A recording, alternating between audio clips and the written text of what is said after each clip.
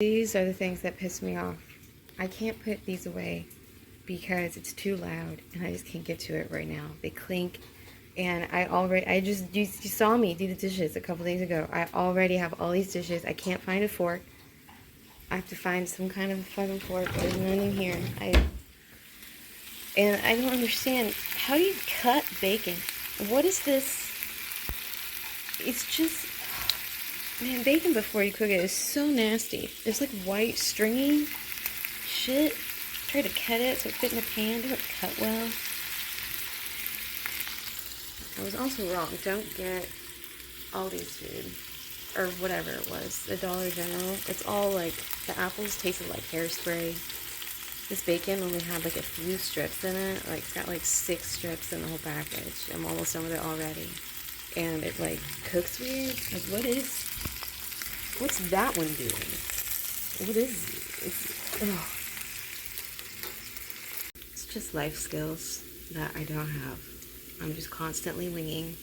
I don't know what I'm doing. Where are people supposed to learn this? Where do people learn to cook bacon? How do other people learn to cook bacon? I just figure you just throw stuff in a pan, right? I'm just guessing.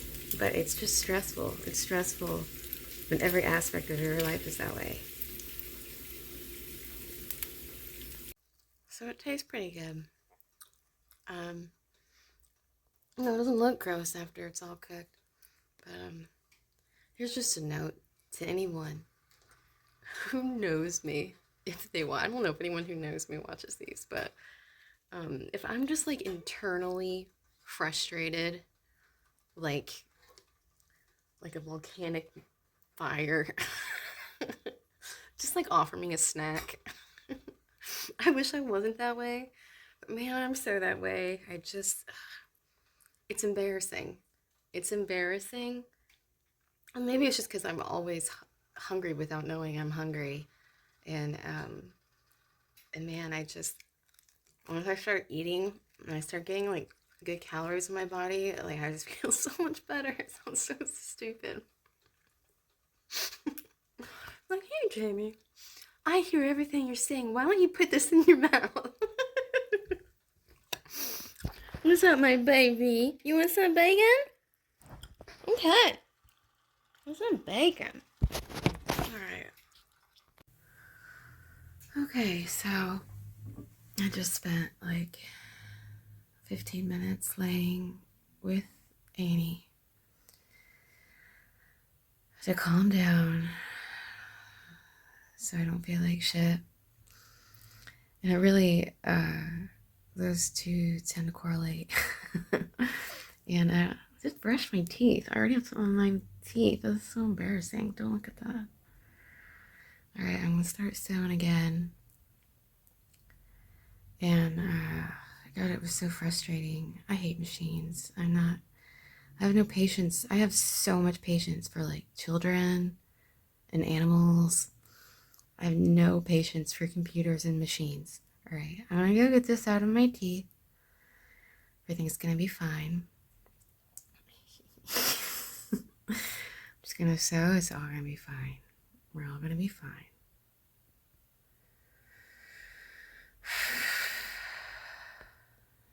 Last thing before I start sewing, okay? But man, I really wish there were some kind of like monastery for creative people. That sounds awesome. I described it in another video. Cool like stone rooms and stuff and hallways like in Game of Thrones. Very simple. You know, we all get cool robes, loose pants, very comfortable top, you know, and we get to just like sit with nature and contemplate and then like create. We feel inspired. We all gather for the stew that's been prepared by some, awesome cook that's like, I've been like making this stew for 100 spheres.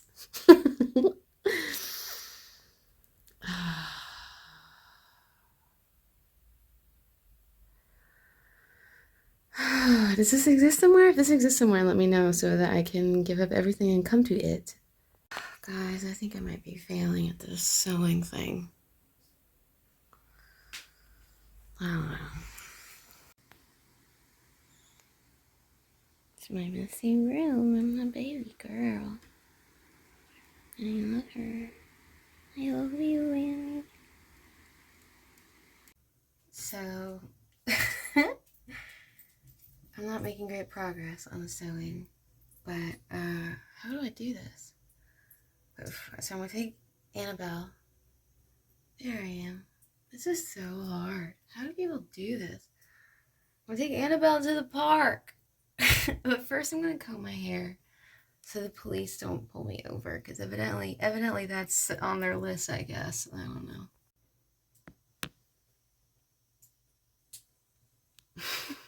The dog park did not work out. I will tell you about it later, because I can't right now.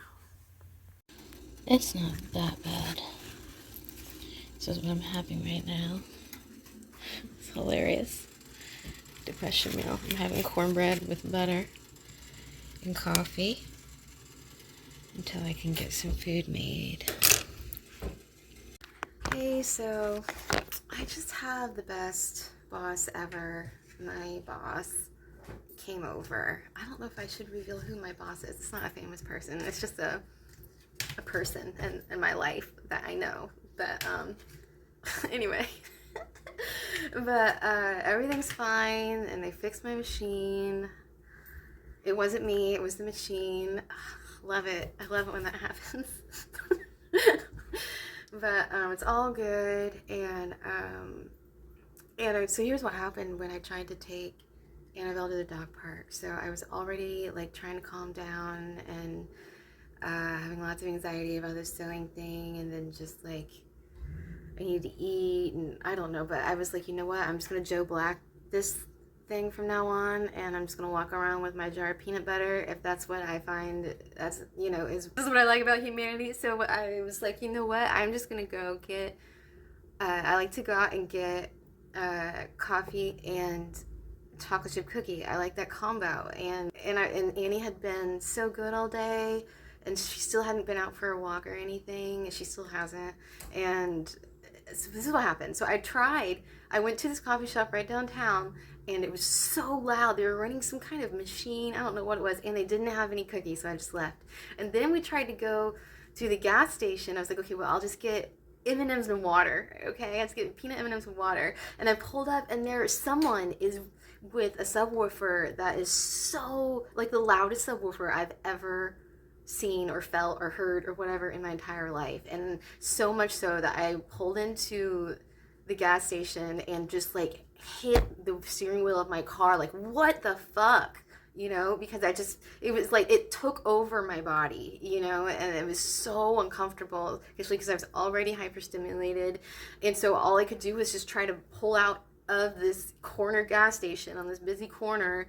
And then I tried to go to a different coffee place, and they didn't have soy milk. And so I just made a loop right back home, and I just like weeping in my car because everything is so loud.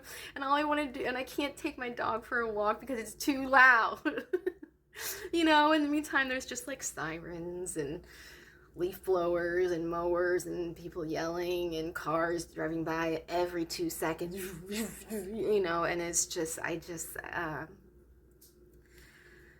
the worst. And and that got me thinking, you know. And so what I did was I came in here, and I apologized to Annie, who's fine, and I just slowly went back to my routine that I've been trying to do and that I do practice all the time. I put water on to boil. I got something even more comfy on, and I started like trying to make food. And as much as how annoying that is, it's like somehow also become like my checkout, you know, is to try to go back to just tending to my home, even though I get so tired of it, even though it exhausts me. And then it made me wonder, what if it's not, because it makes me feel good and centered, and I start feeling better already just handling food and munching on it and getting things tidy. It makes me feel good. It does. When my home looks cozy and cute, and I have all the things I need, and I'm full and there's food everywhere. I've never had that, and so I was trying to make that for myself. And then I thought about how, like, when I said I wanted to be in the monastery and and how I'm just like trying to escape again. That's just my thing. I just escape to a different, maybe it's whatever. And and I was like, I have to create this for myself. And then I thought, I'm so close, because guys, I'm moving soon. I'm moving soon out of the downtown, to a place where I'll be more outside the city and in the country. And I have 2 weeks. I'm just trying to make it. I'm so excited. Just try, if I can just not die until then, because in the past, when I returned to the country in like a prodigal son way, like my whole level of calm, lowers in a good way, if I said that right. It's so much, it's amazing how much better it is for me. And so maybe out there maybe that'll be my last block that I need, or the last piece of this puzzle I'm trying to put together. Because then I'll have my nature, I'll have my peace. And I make fucking stews, I that's like what I make. And and that's always my goal, is to create, if I can get past not being a headache, if I can get past not being overwhelmed by the household chores that I can't keep up with because I feel like shit, because I'm constantly trying to calm myself from all of the energy in my environment that I'm taking. This is a possible hypothesis. This is what I'm wondering. So I'm banking on this hypothesis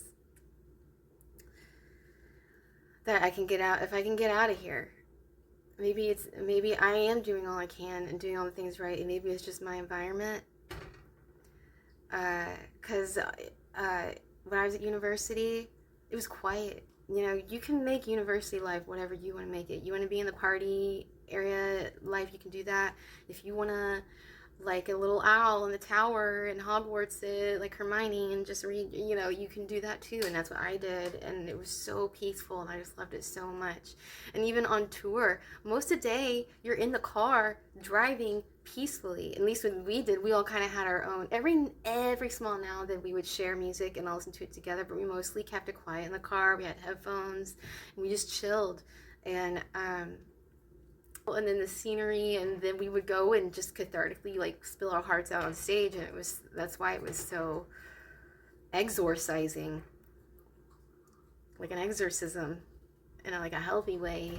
Anyway, so I'm hoping that those are the cues. I can create this environment that I need, that I know I love. And I'm talking too much. I don't know why you guys listen to me talk. I hope someone gets something from it. But now I'm just gonna go back to fixing food, fixing more food, and just trying to stay calm. Lower that body tension.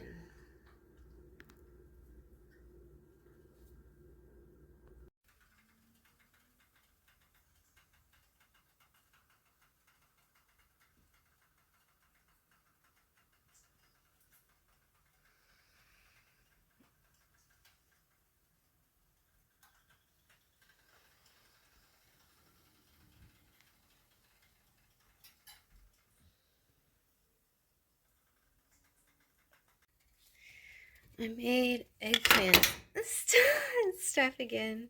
And this time I do have cornbread. I have buttered cornbread this time. Making dreams come true.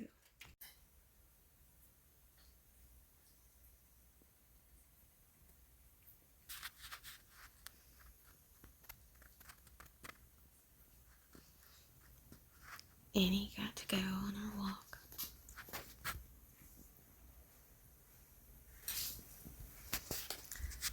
watching Neurodiversity Days. I'm drinking tea. It's been the longest day ever. We got up really early this morning because I spent all night preventing a headache, which I did. I did it successfully. Alternated the ibuprofen and Tylenol and ice packs and lots of breathing. I managed this shit out of that one today. I'm really proud of myself. We got up really early.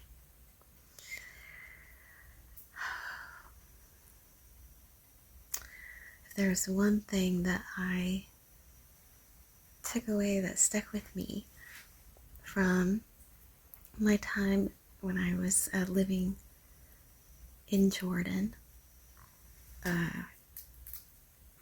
with a Muslim family there while I was studying abroad, I really absorbed and brought home the existence of hot sweet tea. Oh my god, it's just like all the time over there. It's tea time. It's awesome, and it's so sugary. and it just became so ritualistic. Like I just kept it. I kept it when I came back. Hot sweet tea is one of my go-tos, and it is crazy living with people that you cannot really communicate with. I wonder if that feeling, it didn't bother me. I was gonna say, I wonder if that feeling is relatable to a lot of people on the spectrum in a different way, but experiencing that in such a stark way, such a plain way, by different language, the language barrier. Because my Arabic was probably like a smart preschooler, to be honest. Okay. I'm just blabbering. So I wasn't going to talk much, and then there I go. I'm going to drink my tea. Thanks for watching Neurodiversity Days. Neurodiversity. I can't do it. I'm trying to do happy days. Derive. Ugh. Anyway, you get the idea. That's a cute one. Alright, I'll see you guys. Bye.